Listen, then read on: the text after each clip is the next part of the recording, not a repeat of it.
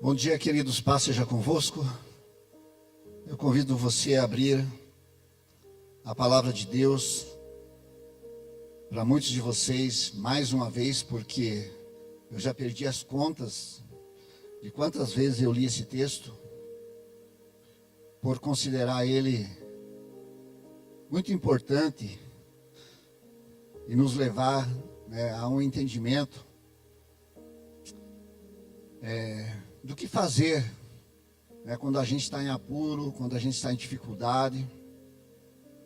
Não tem como a gente imaginar uma vida sem guerras, sem lutas, sem batalhas, sem aflições.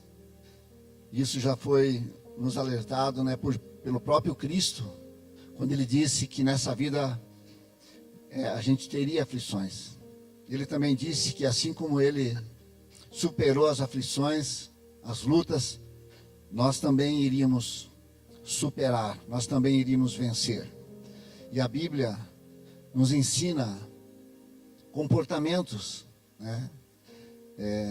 diante dessas batalhas, diante desses desafios que nos alcançam, que chegam repentinamente, não está na nossa agenda, a gente nem pensou, que isso pudesse, nem pensava que isso pudesse acontecer, e de repente aconteceu, chegou até a casa da gente, até o corpo, até áreas da nossa vida, e vai ser sempre assim. E a palavra de Deus, ela nos ensina. Eu quero ler aqui um versículo, que está no capítulo 20 de 2 Crônicas. Eu quero ler o versículo 15. Esse versículo 15, ele é um versículo dentro de um contexto que eu creio que alguns de vocês conhecem. A gente vai estar revendo ele. E esse momento, esse versículo 15, é o momento quando um homem se levanta no meio de uma congregação, no meio de um grupo de pessoas que estavam de pé, diante do Senhor. É como nós aqui nessa manhã, estamos diante do Senhor, só que eles estavam lá vivendo um momento de crise, um momento de aflição, e eles precisavam muito ouvir a voz de Deus. Que eles não tem, se tem algo que realmente acalma o nosso coração, nos enche de esperança, é a voz do Senhor, é a palavra do Senhor. Ela não precisa necessariamente vir como ela veio aqui, nessa história, nesse contexto que a gente vai estar vendo, mas ela pode vir de outras formas. O importante é que ela venha, o importante é que a gente entenda que foi Deus quem falou, o importante é que a gente receba como uma verdade, porque isso nos traz paz, isso sossega o nosso coração, a nossa alma. Então, eles estavam aflitos nesse momento aqui. Então não pense que era uma reunião de adoração e estava todo mundo em paz, estava todo mundo tranquilo. Vamos invocar o Senhor, vamos adorar o Senhor. Eles estavam buscando o Senhor, porque eles estavam, inclusive, com medo. E olha o que Deus disse através de um homem, que eu acho que aparece uma única vez na Bíblia, no versículo 15. O nome dele está no versículo anterior, mas ele disse assim: e disse: dai ouvidos todo o Judá, e vós, moradores de Jerusalém, e tu, ó rei Josafá. Se fosse para nós aqui, seria moradores de Piraquara, Assim o Senhor vos diz: não temais, nem vos assusteis por causa dessa grande multidão, pois a peleja não é vossa, senão de Deus. Amém, queridos? Senhor Deus, nós descansamos na tua presença, Pai. O nosso coração deseja repousar, Pai, nas tuas promessas, na tua palavra.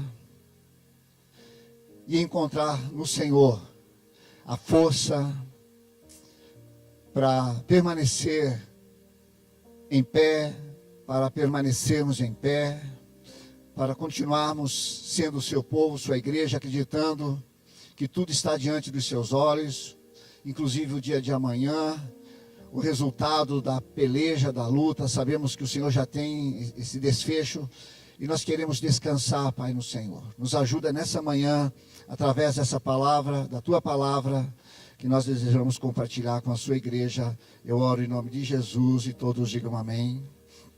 Amém. Não temas, a peleja não é vossa, senão de Deus. Se você ler o versículo 1 do capítulo 20, você vai perceber que esse rei Josafá, esse povo de Judá, o rei Josafá, o povo, o seu exército, eles recebem uma notícia terrível, né? E essas notícias que chegam repentinamente, elas mexem muito com a gente, porque não é algo que a gente está esperando. Se Josafá estivesse esperando uma guerra, ele estava com seus soldados pronto, com seu exército pronto, mesmo sabendo que numericamente eles eram inferiores, né, ao que estava acontecendo ali, porque vieram 3 exércitos contra Josafá. Mas ele não sabia, não há dicas de que, olha, semana que vem, o mês que vem vai acontecer uma guerra. Então não houve, por parte de Josafá, nenhum preparo para essa guerra, que ele soube de momento. Alguém chegou e falou, está vindo 3 exércitos contra você. E quando a gente fala de Josafá, é interessante saber que ele era um homem bom, né? Foi um homem que começou a reinar com 35 anos, reinou 25 anos, e o capítulo 17, a partir do versículo 3 de 2 Crônicas, vai falar que ele era um homem reto, um homem bom, um homem que reinou com temor de Deus, reinou desejando obedecer a Deus. O seu pai não foi uma referência para ele, e é muito bom a gente tocar nesses assuntos. Eu sempre toco, porque a gente pensa que às vezes a gente é obrigado a carregar alguma coisa que os nossos antepassados carregaram, fizeram, que às vezes eles ensinam tantas coisas boas, mas no meio dessas tantas coisas boas, às vezes, existem algumas coisas, algumas práticas que não foram boas, não foram legais. E a gente não precisa levar isso para frente. Eu já testemunhei aqui que eu sou uma experiência disso, uma prova disso. Tem coisas que eu olho lá atrás e digo que eu escolhi não levar em frente quando eu conheci Jesus, né? O Josafá não é o único que ao reinar, ao ser um rei, não tomou como exemplo o seu pai. Josafá era filho do rei Asa, e ele não tomou como exemplo o seu pai, porque o seu pai começou bem, mas terminou mal. Entende? Daí ele tomou como exemplo quem? O seu pai Davi, que era uma referência, sempre foi uma referência a Davi, né? Então ele falou, não, eu vou reinar com o coração de Davi, do jeito que Davi fez, né? Então ele agradou muito ao Senhor. Deus ficou muito alegre com o seu reinado, mas mesmo assim vieram esse ataque. Então não é porque você é bom, não é porque você é uma pessoa honesta, justa, cristã, praticante, fiel ao Senhor, que você está isento de ser visitado por um mensageiro com uma má notícia. As más notícias, elas chegam de repente, sem que a gente espere. Tá, daí o que fazer quando a gente é informado de que alguma coisa grave está por acontecer? O que a gente faz quando o médico dá uma notícia? Quando o advogado dá uma notícia? Quando alguém vem e fala alguma coisa e você vai pesquisar lá e percebe que é verdade, né? Qual é a nossa reação? Qual é o nosso comportamento diante dessas notícias? Então esse texto aqui, ele nos ensina, querido. Nós podemos ver como Josafá reagiu. A nossa reação a forma como nós respondemos, são determinantes para o nosso sucesso ou para o nosso fracasso, principalmente espiritual. Como eu reajo diante de uma notícia desagradável, como eu respondo a isso, é determinante para o sucesso ou para o fracasso espiritual. A gente não precisa pensar que a gente tem que ser um super-homem, uma super-mulher, para ter um comportamento correto. Josafá, ele é um humano, e a gente percebe no contexto essa humanidade, esse lado humano de Josafá. Quando a gente vai ler lá e vai encontrar o texto dizendo que ele temeu, né? Então não tem nenhum problema em a gente ter às vezes aquele sentimento, meu Deus, né? A gente sempre fala, e agora? E agora o que eu vou fazer? Nenhum problema em relação a isso. Mas é preciso fazer algo que traga uma direção do alto, que acalente, que nos encha de esperança, que nos fortaleça, nos encoraje para seguir em frente. Dá para fazer alguma coisa. Além do lamento, além do medo que a gente sente, como cristãos, Josafá era um homem de Deus. Eu sou um homem de Deus. Você é um homem de Deus, uma mulher de Deus.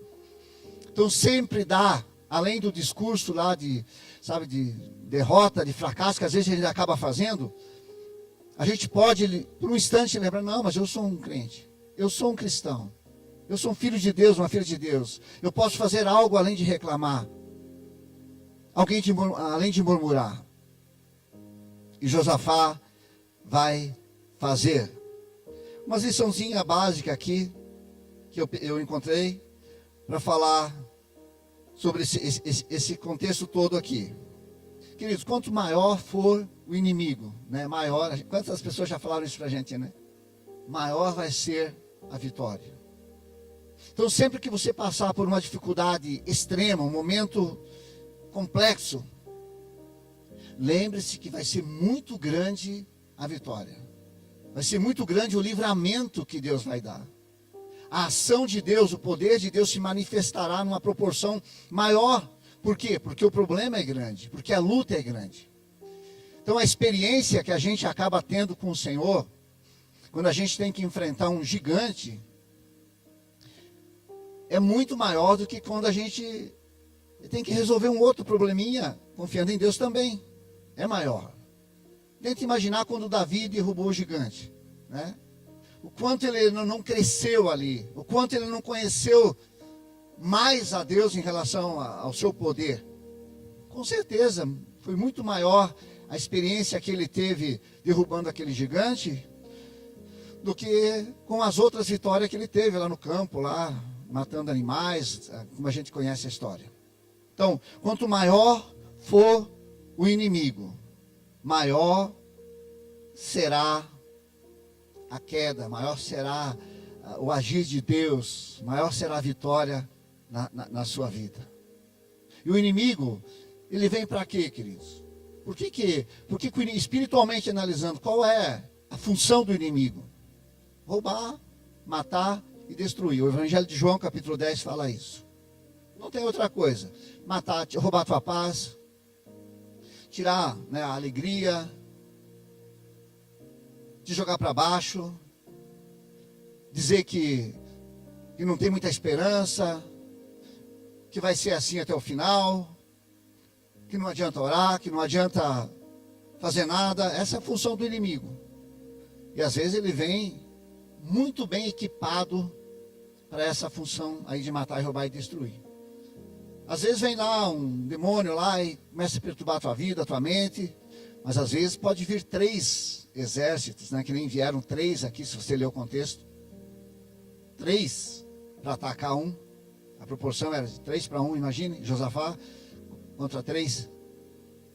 Então, tem hora que o diabo, que o inferno, que o inimigo se arma bem forte para vir, para dar aquela investida Para dizer, agora eu vou derrubar, agora eu vou acabar com esse casamento, agora eu vou acabar com essa vida espiritual, agora eu vou acabar com esse pensamento de envolvimento com Deus, com a obra de Deus, com o ministério, eu vou tirar, vou detonar, entende? E ele vem mesmo. Mas quando ele vem porque sabe que essa pessoa, que essa família, que essa igreja, que esse ministério é promissor, é uma ameaça para ele. Então ele quer tentar matar o quanto antes para que não haja prosperidade. Mas quando esse ministério, essa pessoa, essa família, esse homem, essa mulher é conhecedora de Deus, ela sabe que ela pode fazer alguma coisa. E vamos ver o que Josafá vai fazer. Esse grande exército que eu te falei, que veio, essa grande multidão, está no capítulo 20, no versículo 2. A única certeza que podemos ter quando virmos um grande número de problemas se aproximando é a confiança de quanto maior a batalha que enfrentamos, maior o livramento que Deus irá fazer por nós. Claro que aí a gente precisa ser um cristão, precisa ser de Deus. Quando eu estou usando Josafá como uma referência, eu não estou falando de um super-homem, eu estou falando de um humano. Mas eu estou falando de um humano que temia o Senhor.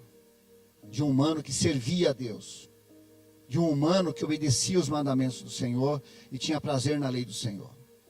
Então, isso se aplica para quem teme a Deus. Quem não teme a Deus, jamais irá fazer o que Josafá fez. No capítulo 20, versículo 3. Então, uma outra lição. Devemos buscar o Senhor antes de responder o ataque. Gente, quando alguém chega e fala um negócio para você e você responde, quantas vezes a gente já não falou coisas que se a gente pudesse, a gente recolheria? Né? Mas não dá mais, já fez. Muita gente responde rápido, reage muito rápido. Muita gente reage, responde antes de orar. Antes de buscar em Deus. Ah, mas eu tenho que falar, eu tenho que resolver isso, entende? A pessoa às vezes ela pode estar trazendo complicação para a sua vida, para o seu amanhã. Às vezes até resolvendo, entre aspas, no momento, mas daí tendo que lidar com problemas diferentes e às vezes maiores nos dias que se seguirão. Então não é sábio responder, reagir, sem antes refletir. Provérbios, através de Salomão, fala que chama a pessoa de tolo, né? É tolo quem procede sem refletir, né? Então Josafá, ele recebe toda essa informação, e a Bíblia diz que ele buscou ao Senhor. No versículo 3, Josafá temeu e pôs-se a buscar o Senhor e apregoou jejum em todo o Judá. Então veja que esse comportamento, por isso que eu falei, é só uma pessoa de Deus para fazer. É só um homem de Deus, uma mulher de Deus que vai fazer. Não é só o rei Josafá. Qualquer homem de Deus, qualquer mulher de Deus pode fazer isso. Eu sei que não é fácil. Eu estou aqui como pastor, como pregador, mas assim, eu também tenho dificuldades como você tem. Eu tenho situações, às vezes a gente se depara, não na vida assim pessoal, mas você percebe alguma coisa, nossa, aquilo é uma ação maligna. Mas eu já tenho orado sobre isso.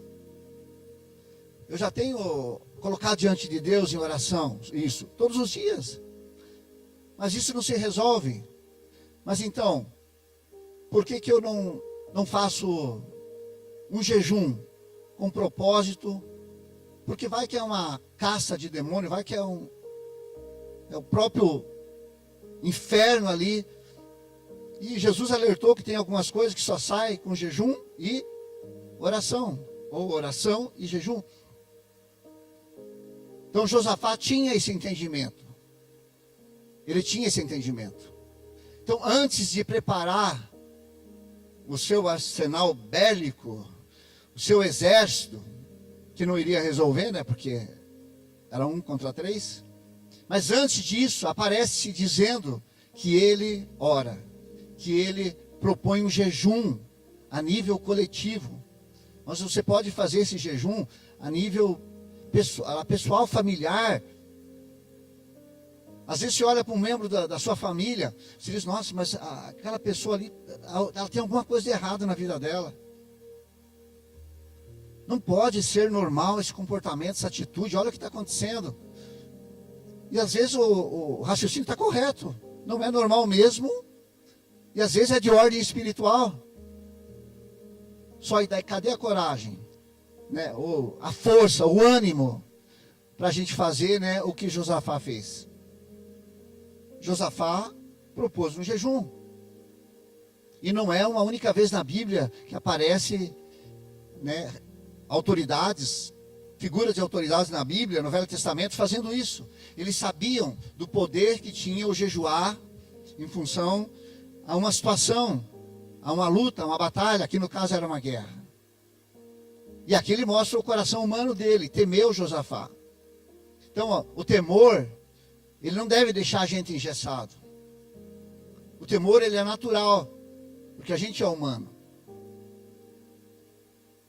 Se você perceber Jesus em todo o seu caminho até o Calvário, você vai ver que quando, em determinados momentos, aparece ele como ser humano, como homem. Né? Sentiu agonia, sentiu um medo, chorou, sentiu fome. Então, na história de Jesus, ele também às vezes aparece com esse lado humano. É claro que prevaleceu, né, ali ele como o Filho de Deus ali, porque ele tinha missão, ele estava ciente disso. Então Deus não pede para que a gente elimine essa natureza humana, não tem como. A gente vai temer, mas o importante é que a gente busque o Senhor. 1 Samuel capítulo 30, lá tem uma história maravilhosa, já preguei ela um monte de vezes aqui, porque eu gosto demais. Quando Davi também chega na sua cidade com 600 homens. Se ele tinha 600 homens com ele, tinham 600 famílias, 600 esposas e filhos. E ele chega e encontra tudo queimado. É uma história que muitos de vocês devem conhecer também. E daí todo mundo fica revoltado, e chora, e lamenta, e murmura, e já quer achar um culpado. Aquela coisa toda, né? Davi é o único sensato ali no meio daquele grupo. E ele fala, gente, eu preciso consultar o Senhor. Eu preciso saber o que Deus tem para falar a respeito desse momento que nós estamos vivendo. Não adianta a gente ter esse comportamento, vamos apedrejar, vamos achar um culpado, vai aliviar a dor, vai aliviar um momento. Não, Davi, ele se preocupa em consultar a Deus. Ele vai dizer lá, Senhor, eu devo perseguir, eu devo ir atrás, será que eu vou encontrar? Deus é tão maravilhoso que Deus usa lá aquele momento, devido a essa decisão de Davi, ele usa alguém lá e essa pessoa diz, pode, é Deus falando através da pessoa, pode perseguir, pode ir atrás, você vai encontrar tudo, você vai recuperar tudo, você vai trazer tudo de volta. E essa seria a história lá, você vai ver que aconteceu exatamente assim. Por quê? Porque ele consultou. Agora, se ele entra no ritmo da maioria, ele ia entrar também no esquema de murmuração, de reclamação, de desespero, não teria a voz de Deus e nada teria resolvido. Teriam perdido suas esposas, teriam perdido seus filhos e não teria essa história maravilhosa para contar. Então eu repito, ele era humano, mas era um humano que buscava um socorro divino, né? Ele sabia que o que ele precisava, ele não ia encontrar nos seus soldados. O que ele precisava, ele só poderia encontrar em Deus. Por isso que a peleja que a gente falou no início ali, essa peleja não é sua, ela é de Deus. Quando eu quero lutar uma guerra que é de Deus, eu só vou me machucar, eu só vou me estressar, eu não vou ver nenhum resultado. Vai passar? Vai passar.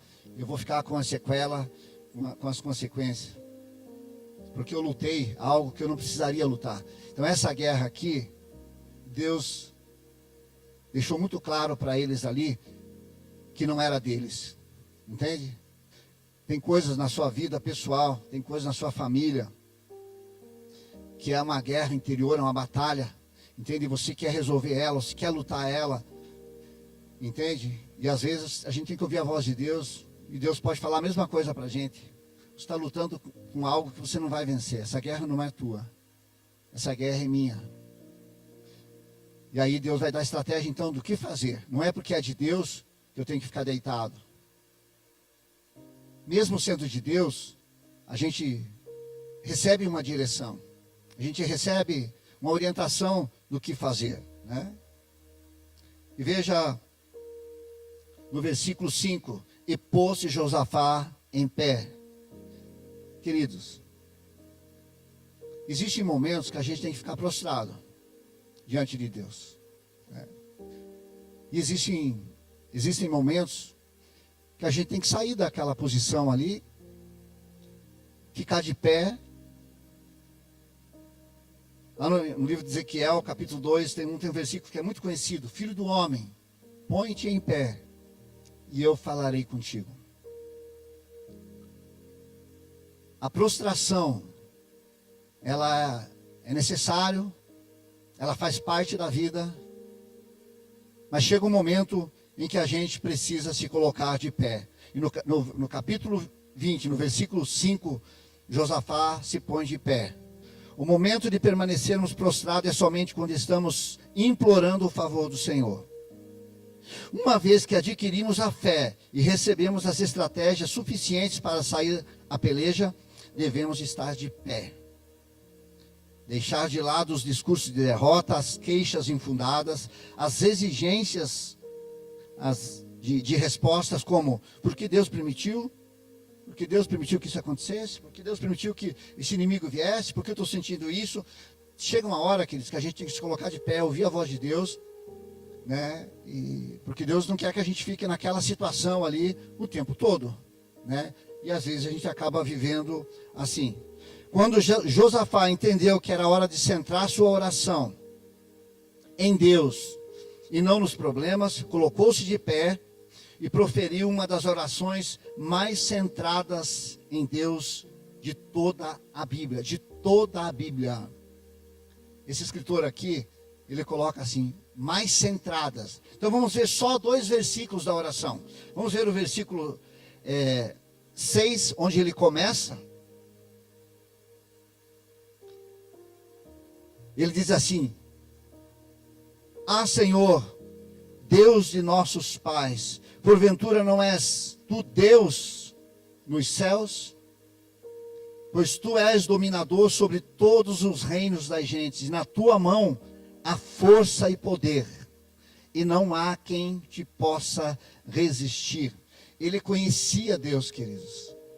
Ele conhecia Deus. Ele sabia com quem ele estava falando. Veja o versículo 15, a gente já leu que é a parte da oração, né? Da resposta de Deus. Deixa eu ler mais alguns versículos aqui. No 7. Porventura, ó Deus nosso, não lançaste tu fora os moradores dessa terra de diante do teu povo Israel, e não adeste a semente de Abraão, teu amigo para sempre? É como se ele estivesse lembrando Deus assim, do que Deus já tinha dito, do que Deus já tinha feito. Ele está falando. E Deus não vai ficar chateado, querido, se você, em oração, colocar a palavra de Deus. Senhor, está escrito lá que o Senhor nos guardaria, que o Senhor nos protegeria, que o Senhor nos livraria. Deus não fica chateado se a gente... Mas é preciso conhecer também para poder falar a palavra, né? Então, a gente percebe que Josafá conhecia a palavra, né? E vai dizer mais: e habitaram nela, edificaram nela um santuário ao teu nome, dizendo, se algum mal... Olha aqui o 9, queridos. Isso é parte de uma oração. Quando você lê lá Salomão construindo o templo, Deus vai falar isso para eles. Por isso que ele lembra a Deus aqui: se algum mal nos sobrevier, espada, e era espada, juízo, peste ou fome, nós nos apresentaremos diante desta casa e diante de ti, pois teu nome está nessa casa, e clamaremos a ti na nossa o quê? Angústia, e tu nos ouvirás e o quê? E livrarás. Então, por que é uma oração centrada aqui? Porque ele lembra. Você só vai conseguir orar de forma correta se você conhecer Deus, conhecer a palavra de Deus. Muita gente nem sabe o que Deus tem para ela. Muitas pessoas nem sabem o propósito, o plano que Deus tem para a vida dela, as promessas que Deus tem para a vida dela. Você recebe Jesus às vezes lá, mas não busca conhecer mais. A gente percebe que Josafá e tantos outros na Bíblia, eles conheciam as promessas. Eles sabiam do que Deus já tinha dito lá atrás para eles. Em relação ao templo, Deus tinha dito, sempre que vocês estiverem em apuro, sempre que vocês estiverem em angústia, sempre que vocês estiverem vivendo uma guerra, uma batalha, uma dificuldade, uma fome, uma peste, uma praga, vocês vêm neste lugar e vocês vão clamar a mim e eu vou responder vocês e eu vou livrar vocês. Então ele está lembrando, né, Deus, de algo que o Senhor sabe de todas as coisas, mas o Senhor deixou estabelecido para que a gente fizesse isso. Então não vale aquela coisa, Deus conhece meu coração, Deus sabe todas as coisas, quando Ele quiser Ele faz. Não, era necessário que eles fossem ao templo, era necessário que eles clamassem, que eles orassem, que eles se humilhassem, e Deus garantiu lá atrás, dizendo, eu vou ouvir e eu vou livrar. Então ele está vivendo exatamente esse momento, ele está clamando, ele está no lugar certo, ele está clamando ao Deus certo, e agora ele precisa de uma resposta. Não fique prostrado, a gente já viu. Quando a nossa fé se transforma no combustível de nossa oração. Queridos, não tem como. Se você quer ver a tua oração, ela se tornar poderosa, é quando você ora com fé. Com fé no quê? No que Deus disse lá atrás. No que Deus já disse a sós para você. Senhor, eu estou orando porque eu sei que está escrito. Eu sei que é promessa. Eu sei que o Senhor me disse um dia, só para mim, sobre isso. O Senhor falou comigo numa devocional, numa oração, num culto. Então eu estou orando. Quando a nossa oração, queridos, ela é com fé, não é só uma ladainha, não é um negócio assim que a gente fala porque todo mundo fala. Mas quando a gente fala com entendimento, queridos, essa oração, ela se torna uma arma poderosa, poderosa. Quando nossa fé se transforma no combustível da nossa oração, o Espírito Santo aparece para nos ajudar e estender as suas asas de abrigo. Foi o que aconteceu no texto que a gente leu. Eles estão nesse momento, queridos, de busca, de prostração, oração, de fé, baseado na palavra que a gente leu ali. O que acontece? Deus usa alguém. Deus usa alguém, ou usa circunstância, usa o que Ele quiser, mas a resposta vai vir. No caso de Josafá, veio a resposta através desse homem que se levantou ali no meio daquele momento de oração, de quebrantamento, de jejum. E esse homem dá uma palavra, queridos, que acalmou todo Israel, todo o arraial lá. Todo Judá aquietou o coração, porque a palavra veio o seguinte: não temam, essa guerra não é de vocês. Essa guerra é minha. Só fiquem apostos, né? E vocês vão ver o livramento que eu vou fazer. Amanhã e tal, Deus começa a falar, dá toda a direção ali. Deus não falou para eles ficarem dormindo. Deus não falou, pode ficar de boa aí que eu vou resolver tudo lá. Não, Deus falou que a guerra era dele. Mas eles deveriam fazer algumas coisas. Deus falou, amanhã de manhã, vocês devem pegar cantores, vocês devem preparar uma música, e vocês devem ir em direção ao inimigo. Se eles estão vindo lá, 3 exércitos, vocês vão daqui para lá também, só que vocês vão cantando, vocês vão tocando instrumentos. E eles fizeram. Você veja quando Deus fala, você consegue entender? Quando é Deus que fala, a gente sossega, a gente acredita. A gente obedece. Por quê? Porque é Deus que está falando. Então não havia dúvida entre eles que Deus tinha respondido eles. Não havia dúvida neles em relação de que no dia seguinte Deus iria dar vitória. Eles tinham convicção. Amanhã, veja, de um dia para o outro, queridos, olha o que Deus fez. No outro dia, o que eles fizeram? Eles foram ao encontro do inimigo cantando. Cantando a majestade de Deus, exaltando o nome do Senhor, dizendo, a sua bondade dura para sempre.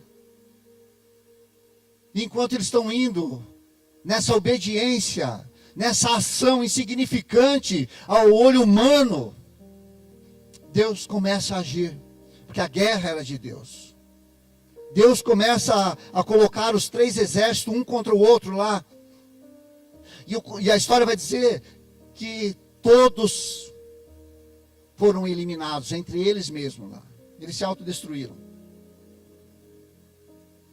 Pense no que Deus pode fazer, queridos. É grande aos nossos olhos, às vezes, alguma situação, mas o que é para Deus essa situação?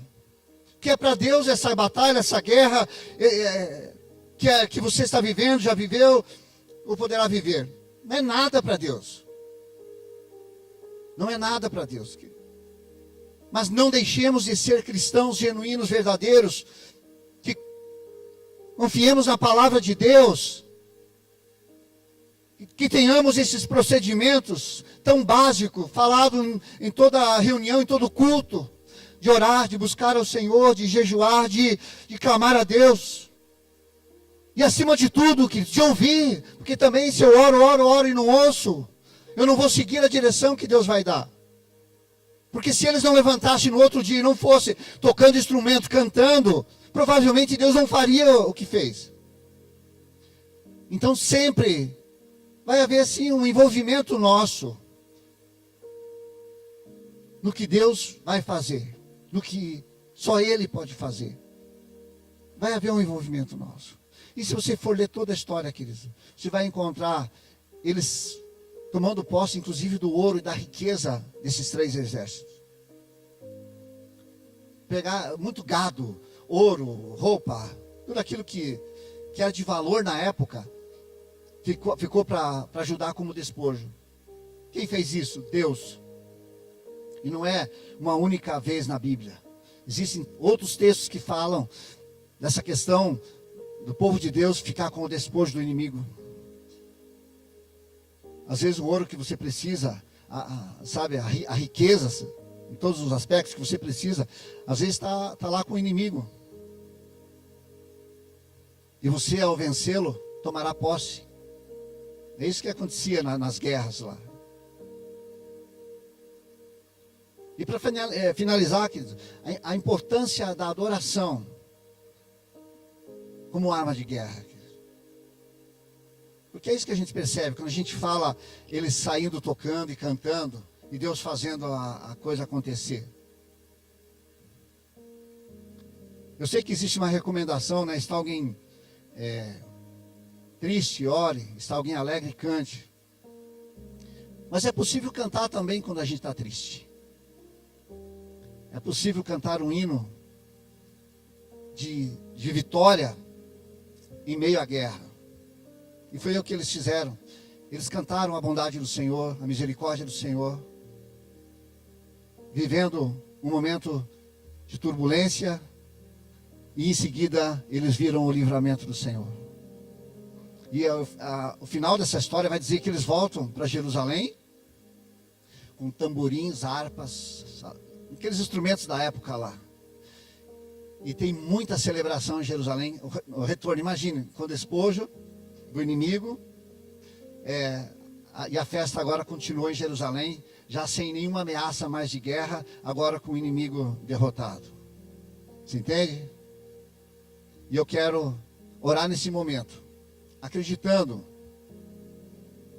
que assim como eles cantaram lá, adoraram lá, celebraram ao Senhor lá, e o inimigo foi derrotado, assim como Paulo e Silas, presos injustamente, só por fazer a vontade de Deus, cantaram dentro de uma prisão, com as costas marcadas, por terem sido açoitados. eles conseguiram cantar. E ao cantarem, ao adorarem ao Senhor dentro da cadeia, a Bíblia diz que aquelas portas de ferro lá começaram a se abrir, cadeados começaram a ser quebrados, ferrolhos começaram a ser quebrados. Vai falar que o alicerce da cadeia tremeu. Quem faz essas coisas? É Deus. Ah, mas Deus é só do Antigo Testamento. Não, estou falando agora de Paulo. Lá em Filipos, Novo Testamento. Atos capítulo 16. Deus que pode fazer hoje as mesmas coisas, queridos. Então, quando estiver vivendo um desconforto, uma guerra, uma batalha, entenda o seguinte: vai passar, logo vai passar. E quer passar com vitória, quer passar celebrando a Deus, como aconteceu aqui com eles, então passe confiando no Senhor, passe dependendo de Deus, passe reconhecendo as suas limitações, correndo para Ele, pedindo socorro para Ele. Vai passar, vai durar uma semana, 2 semanas, um mês. Sim, às vezes demora, mas passa. E quando a gente passa com Deus é bom, porque depois que passa a gente continua cantando.